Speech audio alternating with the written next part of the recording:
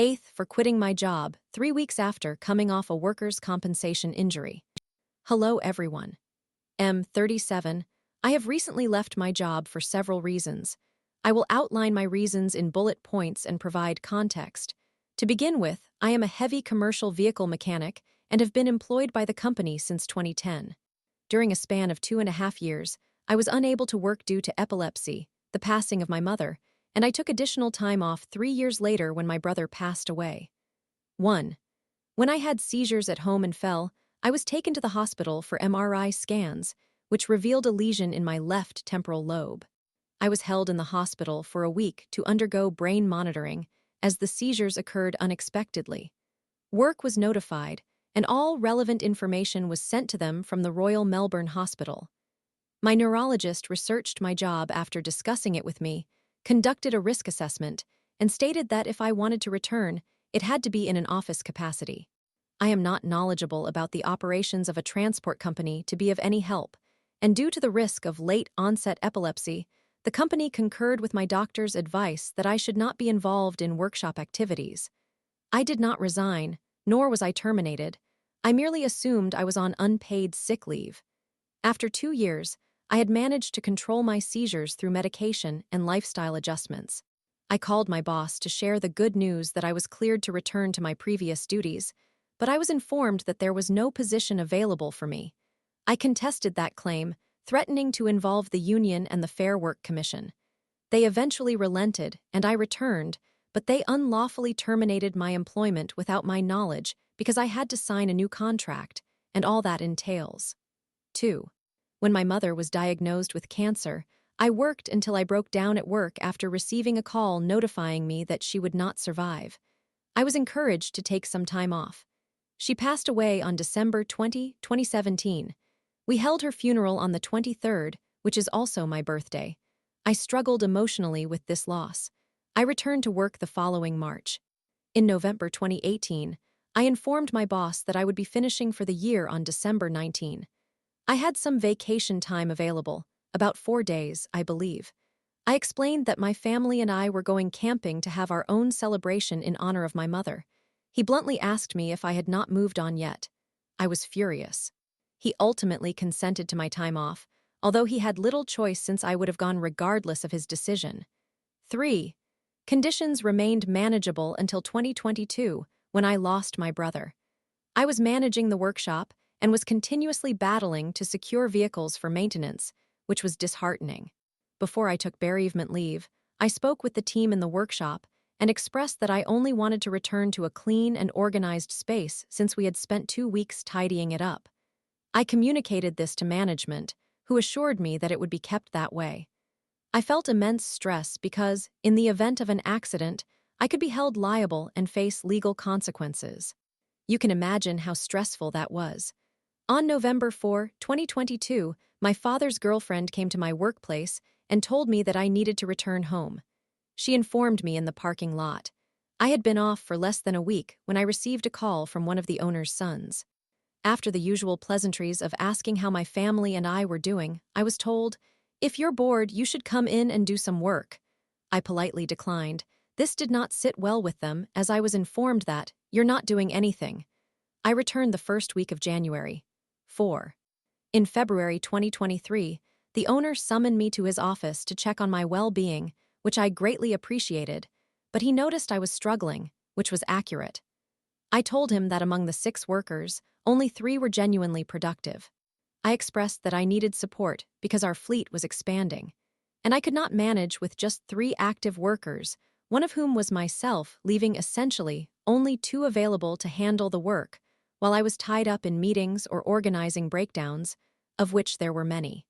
They brought in a new person, and without notifying me, they demoted me back to a mechanic, simply asking for the workshop phone, which I did not get back. I was aware that I was performing well. Management had indicated the opposite. That hurt me. I managed to endure for another 6 months before deciding to leave on good terms.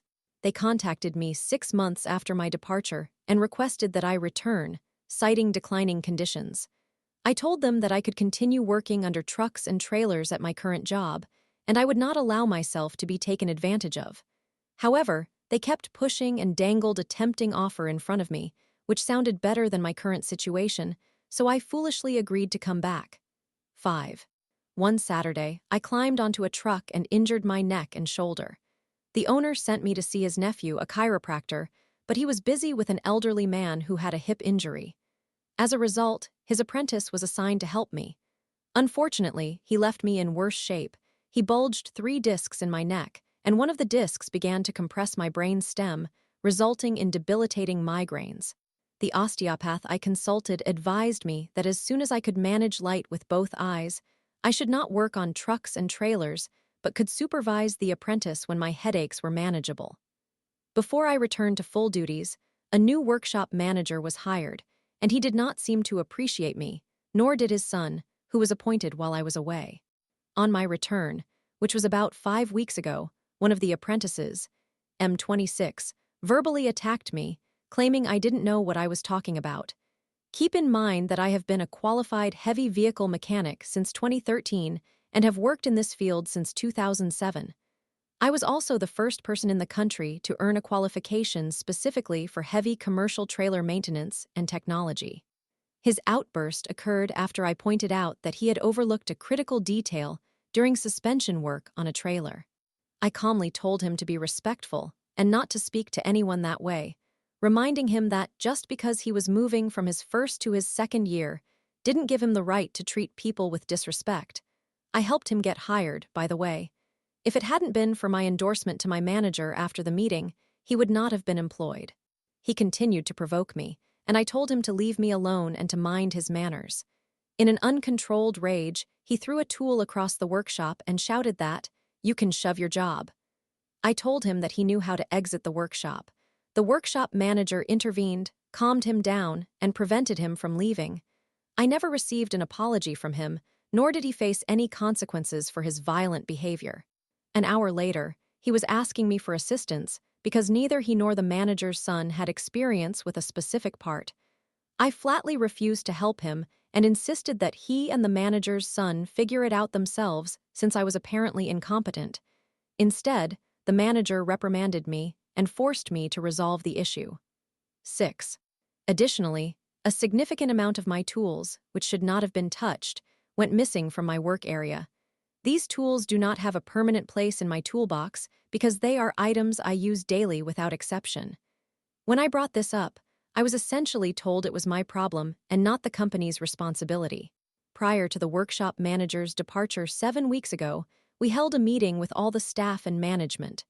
On that occasion, his son left some of his equipment on the back of a truck and blamed one of the trade assistants. On that same day, he threw my work chair across the workshop after discovering that one of his friends, the apprentice, had been using it. I did not return after that incident. I utilized a week of sick pay, called them, and informed them that I was finished and requested that they never contact me again. So, am I the antagonist for leaving without notice and abandoning a disassembled vehicle for my own well-being? I apologize for the lengthy explanation, but it is a complex matter, and I aim to provide you with as much context as possible. If you are still reading this, thank you. By the way, before anyone inquires, yes, I have secured another job. I had one lined up before I even made my decision to leave. Story 2. Still rooming with Shannon is wild.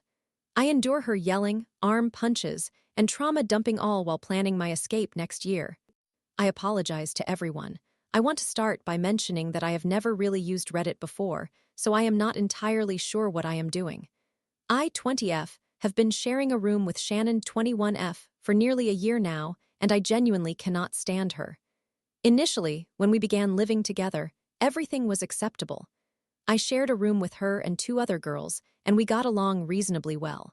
I would not say that we were best friends from my perspective, but we would have conversations about our classes and other topics whenever we were in the room, and at times we would watch shows like Love is Blind together on the weekends. However, things began to change when Shannon started feeling extremely stressed about her classes, leading her to drop one, which ultimately impacted her financial aid. She became enraged with me for any perceived misstep. I had an 8 a.m. class, while she had a 10 a.m. class, so I would wake up around 7 a.m. to brush my teeth and wash my face. She began yelling at me in the mornings for being too noisy. My alarm would wake her up, walking too loudly, and washing my face, which she claimed was also excessively loud. After enduring a week of her shouting at me, I decided to start washing my face down the hall in the shared bathroom. Subsequently, she began to yell at me and hit me on the arm, which was surprisingly painful. When I returned from classes, because I would not engage in conversation with her, or when I declined to hang out with her on weekends. She now expresses sadness when I create excuses to avoid spending time with her, referring to me as her best friend, which evokes pity for her despite my strong dislike for her. I do not understand why she thinks we are so close.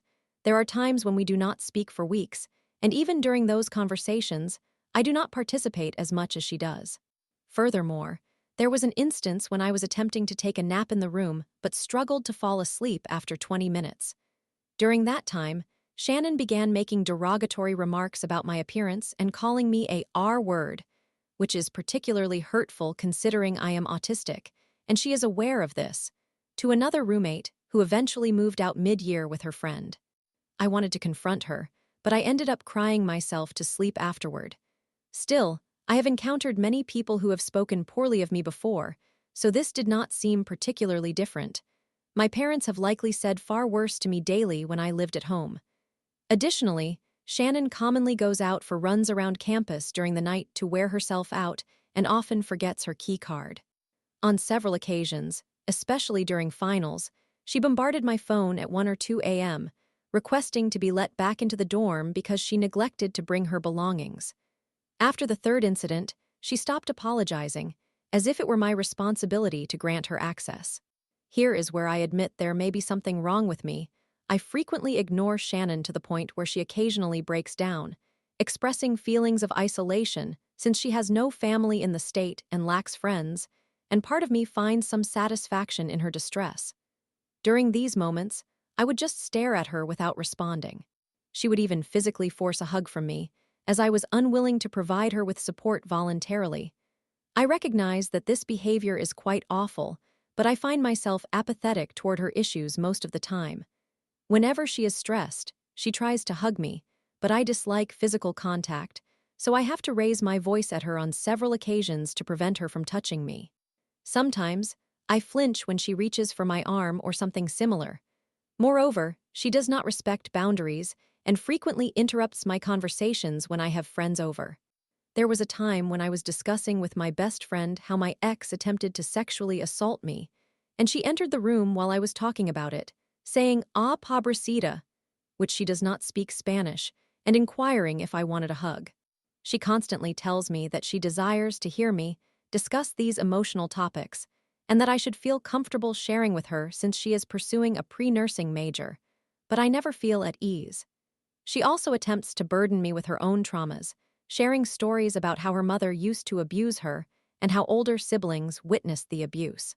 While I certainly feel empathy for her and am sorry for her past, I find it increasingly difficult to offer comfort when she discusses these topics. I used to reassure her with phrases like, "It's not your fault that happened, and you did not deserve that." But now my responses lack enthusiasm, often consisting of simple statements like, "Oh, that is unfortunate," followed by a desire to shift the conversation elsewhere. I have never been skilled at discussing these matters, and now that they arise frequently, I lack the mental energy to invest. I recently began attending therapy and had a realization today. I still share a living space with Shannon because she reminds me of my father. When my parents were together, I felt obligated to please him and ensure his happiness. If I made a mistake, he would react unreasonably and take away my food privileges or discipline me with a belt. In a peculiar way, my upbringing has made sharing a space with Shannon feel somewhat normal. I find myself trying to maintain a balance of being friendly enough to avoid her anger, yet antisocial enough to avoid genuine interaction. I feel as though I am compelled to stay with her, much like I would have acted in self-preservation during my childhood, resembling a peculiar codependent relationship. Part of me fears that if I leave, I may not find anyone more compatible. Many of my friends have horror stories about troublesome roommates leading to formal complaints, and I dread the thought of encountering a worse situation should I decide to change roommates. I have already endured enough negative experiences having to file a report against my ex, as I was compelled to withdraw from a class we shared for my own safety, while he faced only a temporary suspension. I also wonder if perhaps a part of me feels unworthy of something better. At least my roommate keeps her space relatively clean and has begun to calm down a little compared to our initial living situation. However, I still harbor feelings of anger toward her. I continue to ignore her and tune her out using headphones. I often let her handle the cleaning responsibilities in our room and voice my frustrations about her behavior to my friends back home when it becomes particularly bothersome. Technically, I am expressing my grievances about her in this Reddit post as well. I sense that my friends are growing weary of hearing the same issues repeatedly and have suggested that I should submit a report against her and leave the situation. One friend remarked that I am merely prolonging the inevitable benefit of leaving, labeling me an idiot and equating me to Shannon for not allowing her the opportunity to grow as an individual. Nevertheless, I intend to transfer schools next year and have not yet informed her, so I feel a sense of excitement knowing that Shannon might face consequences in this situation and that her next roommate may not put up with her behavior. So, Reddit, I invite you to share your judgment regarding my actions. Am I the villain for continuing to live with someone I detest? Story 3. I helped launch a new service, but after my micromanaging boss fired our designer, I subtly sabotaged him until he resigned. This may seem trivial and certainly not as dramatic as some of the stories I have come across here. Additionally, I tend to be quite verbose. To provide some necessary context, several years ago, I was employed at one of the major hardware retailers in my vicinity. It is a well-known brand and offered reasonable opportunities for advancement along with competitive pay for the region. I struggled to establish a specific role there after my initial year and a half. However, I am a fast learner, which led to me being utilized in various capacities. I was able to handle hardware, plumbing, paint mixing, key cutting, contract preparation for installations, and I possessed an extensive understanding of the appliances we offered, including their strengths and weaknesses. I was pleased to take on these responsibilities, as it helped me develop a reputation as a versatile team member. 2 years later, a new initiative was launched that aligned uniquely with my skills. They created a new role specifically for me. It was promoted as a comprehensive interior renovation and remodeling service. I was tasked with assisting the designer with product selection, information, contracts, and localized marketing for this initiative. Everyone involved was genuinely enthusiastic about it. It is noteworthy that, at that time, I was earning only $10 per hour in 2015 for my efforts. The challenge was that, being a new program, there was uncertainty about how it should be executed. The designer had to figure out most of the processes independently while I endeavored to share my accumulated knowledge about the store and products with her. Challenges faced by the program included 1. It was excessively overpriced. 2. The products used had to originate solely from our stores, which created limitations. 3. Awareness of the program was incredibly low. The launch was tumultuous. Colleagues often summoned me to engage with customers interested in larger projects, but that was about all we had. There were no completed projects to showcase or any corporate support to guide us. We were essentially crafting our own materials.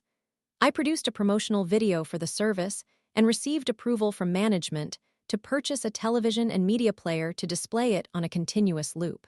We also created displays in the store to highlight our design capabilities. I had gained significant insights from working closely with the designer, resulting in a collaborative effort. The micromanager then came Devon, the assistant manager. He had initially supported the project from its inception and contributed positive energy. However, he soon became frustrated with factors beyond our control. Unreliable contractors who refused to correct their mistakes, sluggish design processes, as clients determined their preferences, and customers withdrawing after consuming significant time when they saw the pricing. On average, we charged approximately $3,000 more for a small bathroom remodel solely in labor charges. Consulting and design fees were incorporated into the final price. Although the products were heavily discounted, effectively becoming tax-exempt, as previously mentioned, options were constrained to what the company offered. This made it challenging to secure sales in areas with lower incomes, where most individuals typically had contacts with local contractors or tradesmen. It was not an ideal market for this program, yet we managed to begin meeting and surpassing our goals. Ranking 7th in the region for this brand new initiative was commendable. Just as we finally started to gain traction around 8 months in, Devin expressed dissatisfaction with our pace.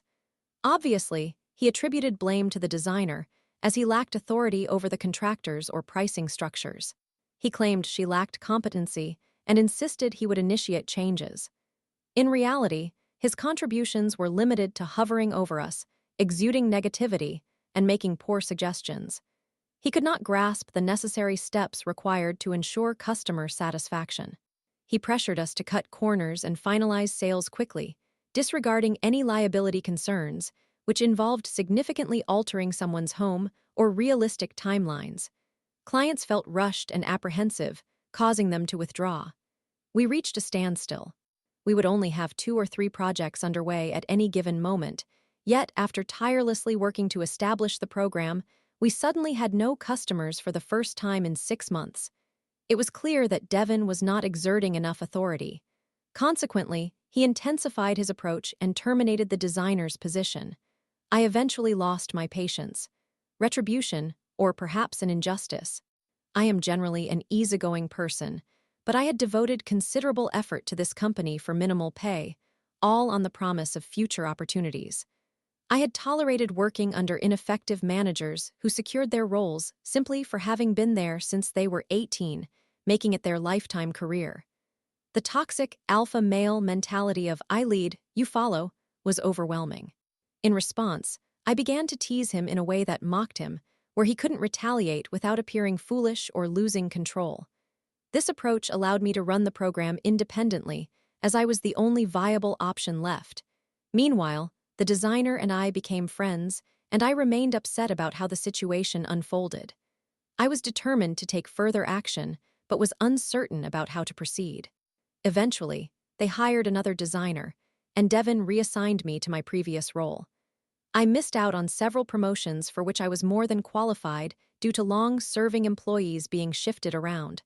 While this was unfortunate, I decided I was finished with that place. One day, we received an email link to an anonymous manager review survey. The store's computers maintained an always logged-in profile, so I noted down the link and confirmed with a coworker that it was not unique.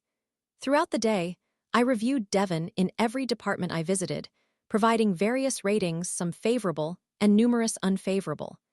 I crafted the positive reviews in a way that made them sound negative, giving the impression that I was blissfully unaware of their true nature. I repeated this process about 10 times. My reviews were not character assassinations or anything malicious. They were simply opinions expressed with vague examples to remain anonymous. I refrained from lying. I just articulated thoughts that were seldom spoken. Afterward, Devin barely acknowledged anyone.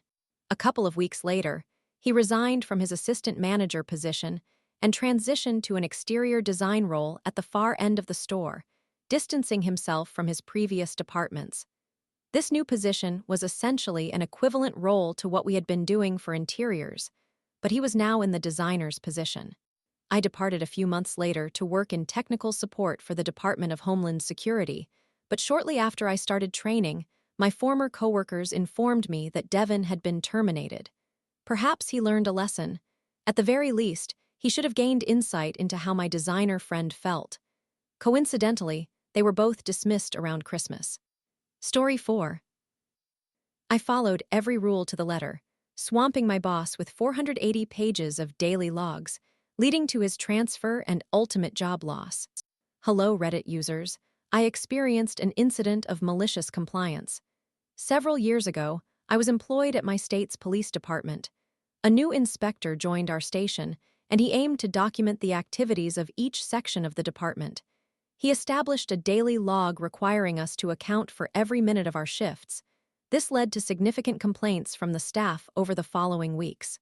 The inspector frequently criticized the accuracy of the logs during shift changes, warning of consequences if they did not accurately represent our tasks. I discussed this with my team, triggering an instance of malicious compliance. I typically arrived at work approximately 30 minutes early to refuel the patrol car, organize my equipment, wash the car, and prepare for my shift. However, I decided to wait until my shift officially began to perform these tasks. I would complete them after starting my shift, then calibrate the radar, identify which high-crime areas to focus on during the day, check work emails, review incidents from the previous night, and complete several other tasks before leaving for patrol. I meticulously documented each of these activities, including the time spent on paperwork. Every traffic stop, each assignment, and even instances of providing directions or assistance would be included in the log. When it came time for lunch, I usually would eat on the go or in my car, but since the inspector requested a formal account of our daily activities, I complied. According to labor regulations, each officer was entitled to a 30-minute uninterrupted meal break after 5 hours of duty. The inspector, aiming to enhance station efficiency, attempted to schedule our meal breaks before this required time. When he mandated that we take our meals as outlined in the schedule, we all ignored his directive and took our breaks after 5 hours, as intended. At the end of the day, we attached the relevant industrial award documentation to our daily records, indicating that we took our meal break at the earliest possible time after 5 hours. The inspector became agitated and threatened disciplinary action if we continued this practice. This situation was reported to the union, which warned him of potential industrial and legal repercussions for which he would be held personally accountable. Ultimately, he was compelled to retract his threats. Abandoning that course of action, he intensified his focus on daily reporting, reprimanding officers for failing to comply. I made it known that the single page we received at the start of each shift had now expanded to 3 or 4 pages daily, multiplied by 80 officers across 3 shifts. We overwhelmed him with our reports. Additionally, if a call came in while we were having our meal breaks, we were obligated to interrupt our breaks to respond to the call. More often than not, we couldn't complete our meals and ended up hungry. Another aspect of our meal break policy stipulated that if we did not receive a full 30-minute uninterrupted meal break, we were entitled to payment for the entire break. The inspector had a tendency to enter the break room to complain or harass the officers present. Any time he did this was documented as an interruption of our break. As a result, productivity dwindled, hours were wasted, and his budget suffered due to the necessity of compensating for interrupted meal breaks. He initially denied payment for these breaks, prompting the union to file a court injunction against the police department for each violation related to each officer and shift. This resulted in hundreds of cases and substantial financial implications. He claimed that the daily compliance logs recording our interrupted meal breaks were lost.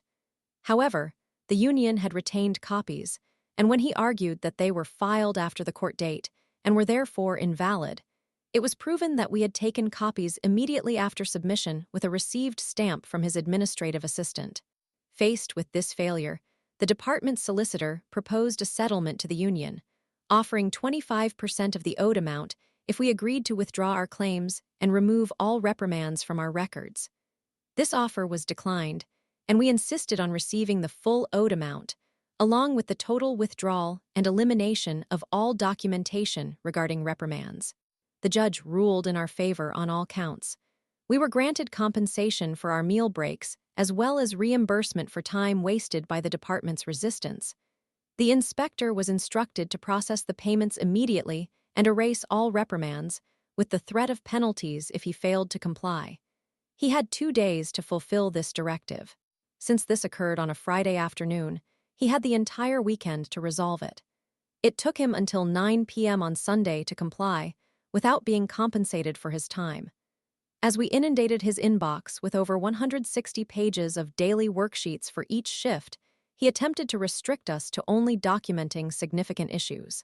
We collectively refused, reminding him that he had previously instructed us to log everything accurately, threatening disciplinary action if we did not. Complying with his new rule would contradict his earlier requests.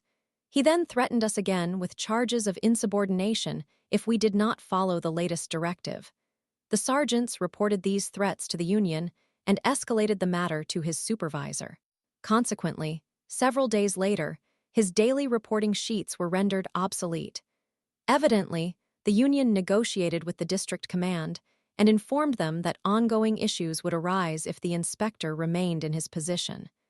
They also indicated that their own jobs were at risk due to the mismanagement that had occurred and the penalties faced by the department following the court's decision.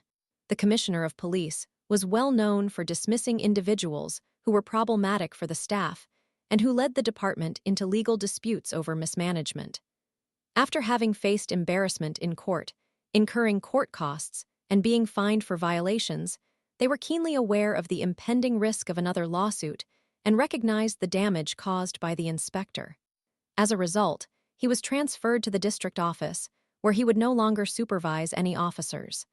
8 months later, his contract was not renewed, and he departed from the department. Those familiar with the inspector remarked that he was oblivious to the issues he had created and believed he was simply enhancing the efficiency of the organization. When they explained just how much worse he had made things, he asserted that the officers had never complained about missing lunch or eating in their vehicles in the past. They informed him that his strict adherence to policy had alienated everyone, and imposing an additional daily reporting requirement was redundant. Ultimately, he was clueless as to why he lost his position. Numerous other irrational decisions he made included withholding pens until the existing ones were completely out of ink, leaving us without a pen to sign the requisition, while his administrative staff were directed not to lend out pens. If we lost a pen, we could obtain a replacement. Cue even more malicious compliance. Story 5. Write me up for simple mistakes to get me fired. Prepare to get fired. I shared this story with someone who directed me here. A summary is provided at the end. Anyway, I worked in private security until a few years ago. When I refer to security, I am not talking about mall security, but rather high-end, armed, and well-trained security. I spent several years on a job in another city, away from home, but when the company went bankrupt, I opted to return home. I found a security position online that seemed fairly straightforward, mostly involving sitting behind a computer screen. My role would be to oversee security for the building, while also monitoring security for other properties owned by the company across 3 states, including small repair shops, factories, and vehicle storage facilities. I submitted my resume, and the following day, a man called me to arrange an interview. This was excellent because I needed to find work quickly. I attended the interview, which was conducted by a woman I will refer to as Jane. She was the supervisor, and the man I spoke with was her superior. Jane immediately mentioned that I was overly qualified for the position, which struck me as odd, but I accepted it. The interview went well, and I left. A few hours later, she called to inform me that I had been hired and scheduled my training days. I will skip the details of that, as I only wanted to provide context. Now let's get to the interesting parts. Jane consistently treated me with disdain. Her boss discovered that I possessed all the necessary qualifications, licenses, and training to carry firearms, so he had me come in armed. My equipment was quite standard: a handgun, 3 magazines, and handcuffs. Jane frequently made remarks about how everyone should be armed. I wouldn't trust some of my coworkers with a squirt gun, and claimed that she should decide who gets to carry a weapon. These were just little comments intended to annoy me. Then one day, things escalated. That day, while I was working at the front desk, she sent me a message via Messenger requesting to see me. When I went back, she pulled me into a side office with a write-up form. Apparently, when I granted door access to a visitor's badge, I mistakenly included access to the gym located in the basement, which was an error but not a critical issue. A week later, I failed to sign my timesheet, and I received another write-up for not filling out a form correctly. All minor errors that everyone makes. The breaking point came about 9 months into the job when I looked at the new timesheet.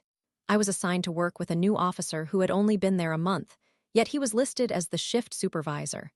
Confused, I approached her second in command, whom I will refer to as Bob. He is a great guy. He mentioned that he had suggested promoting me because of my experience and seniority, but Jane essentially told him to leave it alone, as it was her decision. This made me angry. I began scheming my revenge. I'm not typically vindictive, but I realized that one more write-up, regardless of how minor, would lead to my termination. The good news was that during the night shift, there were only two of us, and we could not see each other's computer screens. So I started formulating a plan. I recalled that about 4 months prior, her car had broken down in the parking lot across the street. Rather than having it towed, Jane's father decided to repair it right there. This was not a problem in itself. However, during that time, Jane had taken her husband into the security office. This was a significant breach since access to the office required scanning at 3 doors and entering a code. Only security staff and one janitor had access to that area. It was the headquarters for the company, and even the executives did not have access. From our computers, we could control any door, disable any camera or alarm, and access any gate at any of the buildings owned by the company. This was a major violation, so I devised my plan. Under the pretense of stepping outside for a smoke, I went to the reception area and copied the visitor log from those days. I then returned to my desk and accessed the video feeds, which could be reviewed for up to a year, taking screenshots of her husband entering the doors and the office. The office itself had no camera, and I marked the timestamps, documenting the fact that he never swiped in. Even if one holds the door open for someone, the badge must still be scanned. I logged into my private email and sent the evidence to another account, knowing that the company did not monitor our computer activity. Once I got home, I forwarded all the images, log copies, and details not only to her boss but also to his superior, whose job included investigating breaches and theft. I also included all the underhanded tactics Jane had used, such as her favoritism. The consequences did not take long to materialize. 2 days later, on a Friday, I arrived for my afternoon shift, and Bob was at Jane's workstation. I looked puzzled and learned that Jane had been suspended for a week, and that Monday, I was required to meet with her boss and his superior, although I would be compensated for my time. Everyone was interviewed. It was amusing. Rumors were circulating, and I found myself laughing inwardly. On the day of the interviews, I arrived, and they began questioning me.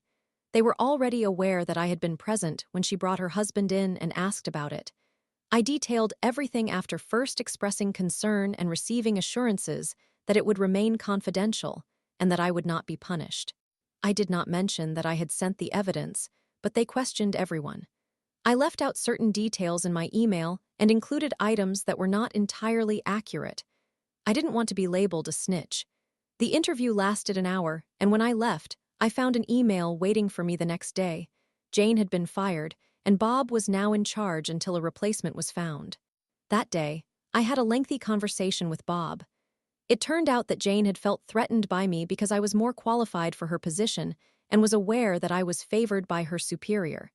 She was fearful, and rightfully so, as it turned out, that I could potentially take her job and had expressed to him her desire to see me gone. This was information he relayed to them during his own interview. Furthermore, she had not wanted to hire me, but her boss insisted on it. Her boss was already aware of certain issues and had been looking for a significant reason to terminate her, but it needed to be substantial. Jane had worked in that department for 10 years. It was her first legitimate job, and security was the only field she knew. They blacklisted her, meaning that unless a company was exceptionally desperate, she would not find another security job anywhere in the state. That was the icing on the cake. I know you are curious. Yes, I was offered her position, but I declined it. I informed them that Bob deserved it more, which he did, and stated that I would be content with the role of shift supervisor. So, I remained in that position for the next 2 years until I decided to leave. Thank you for reading my story. Summary. My boss feared being replaced by me and attempted to have me fired over minor infractions. I informed her superior about her significant violations. Story 6. The time I got my manager a promotion, so he quit. I must be somewhat vague regarding certain details to protect myself, so I cannot disclose the specifics of the business. This is going to be challenging. This is a significant amount of background necessary to explain the situation that developed over the span of a decade. A workplace that was once genuinely enjoyable and offered opportunities for some extra overtime deteriorated into a ruthless fight for survival.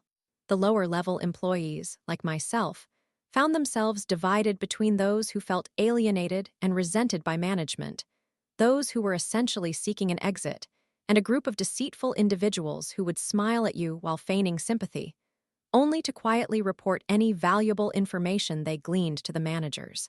We operated in a particular segment of the business that was isolated and gradually being supplanted by technology. Our numbers dwindled from over 1,000 in the building to approximately 250 by the time I departed. Most reductions occurred due to voluntary redundancy, but management was incentivized to terminate as many employees as they could to cut costs on redundancy payouts. As managerial positions were also being phased out, managers felt compelled to dismiss as many employees as possible, even though most were not adept at adhering to procedural standards. Mike was that astute yet ruthless type of manager who, like the others, had been elevated to his position without formal training. Realizing he wouldn't receive official training, he took it upon himself to develop his skills. This individual directly caused dozens of people to be terminated and indirectly assisted less capable managers in following the correct protocols.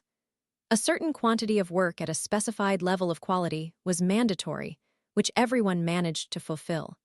However, they maintained a bottom and top 10 list.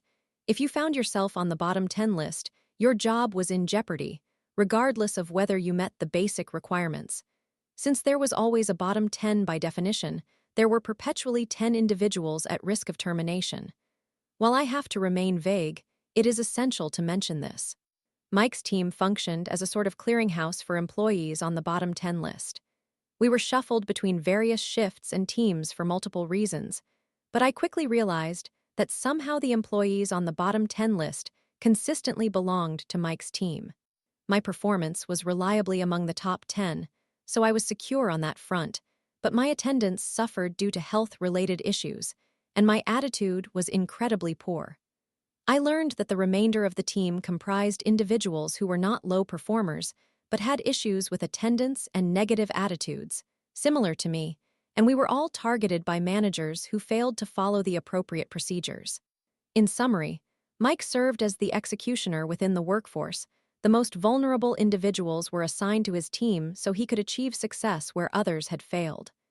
Eventually, my time came. My health triggered several absences during hospitalizations, and Mike seized the opportunity. Over the course of a year, he made 7 attempts to terminate my employment, and each time, I engaged human resources, who intervened on my behalf. I approached human resources to argue that the situation was unjust, not only to me but to everyone. I contended that Mike's role as the executioner fostered a hostile work environment.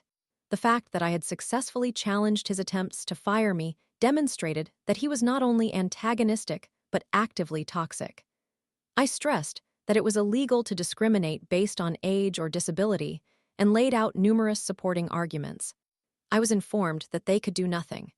Mike was deemed untouchable and had the full backing of upper management in our building due to the significant savings he generated from voluntary redundancy payouts by terminating the vulnerable.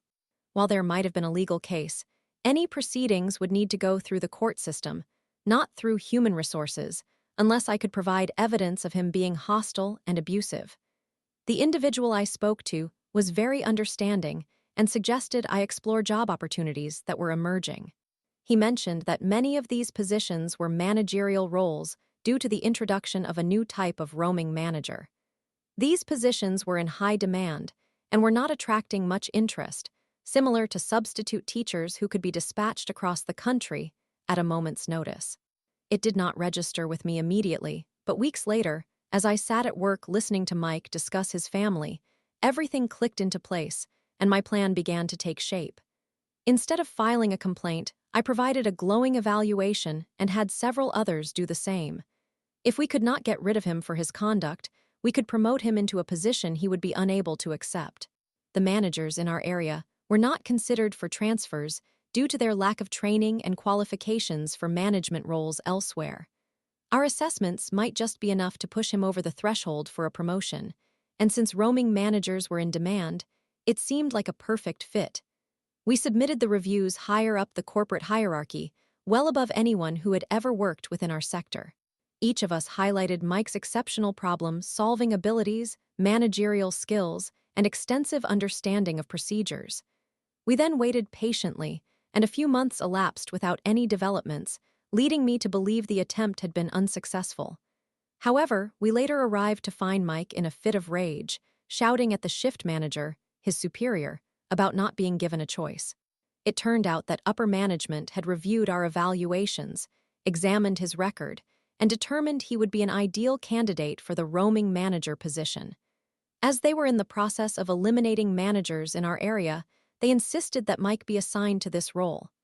Mike, of course, attempted to refuse the promotion, as was within his rights. However, upper management made it clear he faced a choice: accept the promotion or be demoted back to a lower-level position. Mike had a family and could not simply uproot them whenever the company required him elsewhere. A demotion with a pay cut back into a workforce that despised him, comprised of individuals who were being systematically culled, was equally undesirable. Instead, he opted for voluntary redundancy, which was granted. On his final day, he lost control, shouting and cursing about how poorly the company had treated him after everything he had done. Regrettably, I was absent for this outburst, but heard all the details and relished every moment of it. Since I was explicitly informed that I could not have him punished or fired, I succeeded in orchestrating a promotion he could not accept instead. Edit. This was initially posted in our malicious compliance, and I was advised to share it here.